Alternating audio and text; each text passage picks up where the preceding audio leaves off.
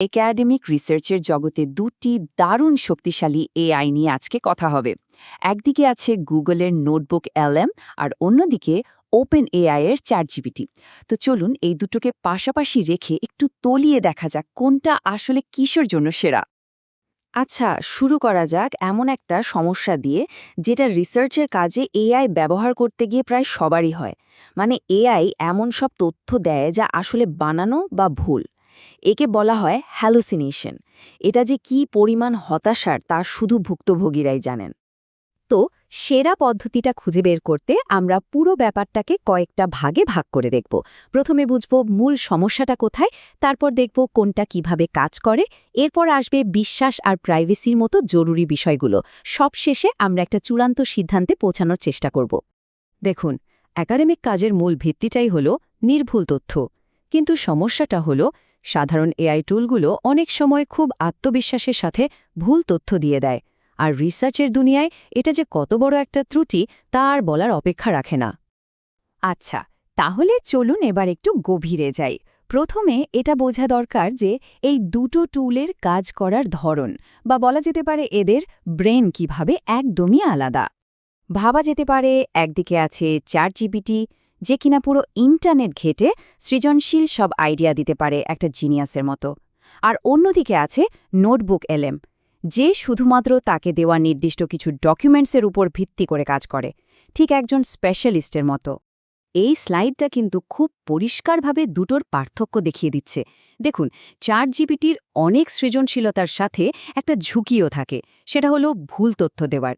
আর অন্যদিকে নোটবুক এলএম একদম নির্ভরশীল, কিন্তু ওর জ্ঞান শুধুমাত্র ওকে দেওয়া ডকুমেন্টের মধ্যেই সীমাবদ্ধ। আর এই যে নির্ভরযোগ্যতার ব্যাপারটা, এটাই কিন্তু গবেষকদের জন্য সবচেয়ে জরুরি একটা বিষয়কে সামনে নিয়ে আসে। আর সেটা হলো বিশ্বাস। মানে কোন টুলটাকে বিশ্বাস করা যায়। দেখুন, চ্যাটজিপিটি বা এই ধরনের লার্জ ল্যাঙ্গুয়েজ মডেলগুলোর একটা বড় সমস্যা হলো এদের রেফারেন্স দেওয়ার ক্ষমতা। প্রায় দেখা যায় এরা এমন রেফারেন্স দেয় যার কোনো অস্তিত্বই নেই, বা লিঙ্ক কাজ করে না, কিংবা লেখকের নামটাই ভুল। এটা কিন্তু একাডেমিক কাজের জন্য একটা বিশাল বাধা। ঠিক এর উল্টো দিকে নোটবুক এলএম যা করে তা এক কথায় অসাধারণ। এটি যখনই কোনো উত্তর দেয় তার সাথে সাথে ক্লিক করা যায় এমন সাইটেশন দিয়ে দেয়। আর সেই নম্বরে ক্লিক করলে কোন ডকুমেন্টের কোন পাতা থেকে, কোন প্যারাগ্রাফ থেকে তথ্যটা নেওয়া হয়েছে সেটা সঙ্গে সঙ্গে দেখিয়ে দেয়। এখন প্রশ্ন হল, নোটবুক এলএম এটা করে কিভাবে? এর পেছনে প্রযুক্তিটার নাম হল র্যাগ। এই টেকনোলজিটা এআইকে বাধ্য করে শুধুমাত্র তাকে দেয়া ডকুমেন্টের ভেতর থেকেই তথ্য নিয়ে উত্তর দিতে। এর ফলে এআই নিজের থেকে কিছু বানিয়ে বলতে পারে না, আর ওর উত্তরগুলো সবসময় সোর্সের ওপর গ্রাউন্ডেড বা ভিত্তিশীল থাকে। প্রাইভেসিও কিন্তু এখানে একটা খুব বড় ফ্যাক্টর। যেখানে চ্যাটজিপিটি আপনার ডেটা তাদের মডেলকে ট্রেনিং দেওয়ার কাজে ব্যবহার করতে পারে, সেখানে নোটবুক এলএম গ্যারান্টি দেয় যে আপনার আপলোড করার সমস্ত সোর্স আর আইডিয়া সম্পূর্ণ ব্যক্তিগত থাকবে। তো নির্ভুলতা আর প্রাইভেসি তো গেল, এখন দেখা যাক একটা বড়সড় থিসিস বা রিসার্চ প্রজেক্টের কাজের চাপ সামলানোর জন্য এই টুলগুলো কতটা শক্তিশালী। নোটবুক এলএমের একটা দারুণ ব্যাপার হলো, একটা প্রজেক্টের জন্য এখানে 50টা পর্যন্ত আলাদা আলাদা সোর্স ফাইল আপলোড করা যায়। মানে একটা বড় রিসার্চ পেপারের জন্য যা যা দরকার প্রায় সবই এক জায়গায় রাখা সম্ভব। আর এর আসল ক্ষমতাটা বোঝা যায় এই সংখ্যাটা দেখলে। ওই যে 50টা সোর্সের কথা বললাম, তার প্রত্যেকটাতে প্রায় 5 লক্ষ শব্দ পর্যন্ত থাকতে পারে। ভাবা যায়?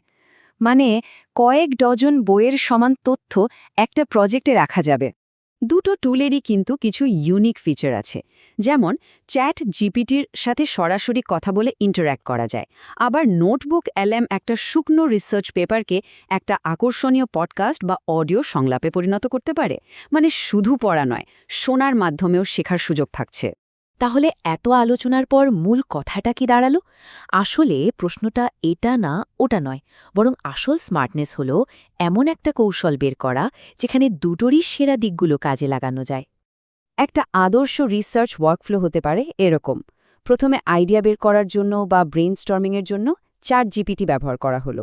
তারপর সোর্স জোগাড় করে সেই সোর্সগুলো ভালোভাবে রিভিউ আর তার ওপর ভিত্তি করে আউটলাইন তৈরির জন্য ব্যবহার করা হলো নোটবুক এলএম। আর সব শেষে প্রথম ড্রাফট রেখার পর সেটাকে আরও সুন্দর করে গুছিয়ে তুলতে বা পলিশ করতে আবার সাহায্য নেওয়া হলো চ্যাটজিপিটি। তো আমরা একদম শেষ পর্যায়ে চলে এসেছি। তাহলে চূড়ান্ত রায়টা কি হবে? পুরো ব্যাপারটা নির্ভর করছে কাজের ধরনের উপর। কোনো বিষয়ের উপর প্রাথমিক ধারণা পেতে বা নতুন আইডিয়া খুঁজতে চ্যাটজিপিটির জুড়ি নেই। কিন্তু যখন গভীর রিসার্চ, অনেকগুলো পেপার একসাথে ম্যানেজ করা আর নির্ভুল সাইটেশনের প্রশ্ন আসবে, তখন নোটবুক এলএম ছাড়া গতি নেই। সবচেয়ে সহজ উপমা হতে পারে এরকম। ভাবুন, আপনার একটা রিসার্চ টিম আছে। সেই টিমে চ্যাটজিপিটি হলো আপনার সেই ক্রিয়েটিভ বন্ধু যে আপনাকে সবসময় নতুন নতুন আইডিয়া দেয়। আর নোটবুক এলএম হলো সেই খুঁতখুঁতে আর নিখুঁত লাইব্রেরিয়ান যে আপনাকে ঠিক কোন বইয়ের কোন পাতায় তথ্যটা আছে সেটা খুঁজে বের করে দেয়। আপনার দুজনকেই দরকার। শেষ কথা হলো, এখনকার যুগে স্মার্ট রিসার্চ মানে কিন্তু ঘন্টার পর ঘন্টা বেশি পড়া নয়। স্মার্ট রিসার্চ মানে হল সঠিক সময়ে সঠিক টুলটাকে সঠিক উপায়ে ব্যবহার করতে জানা। প্রশ্ন হল, আমরা কি সেটা করছি?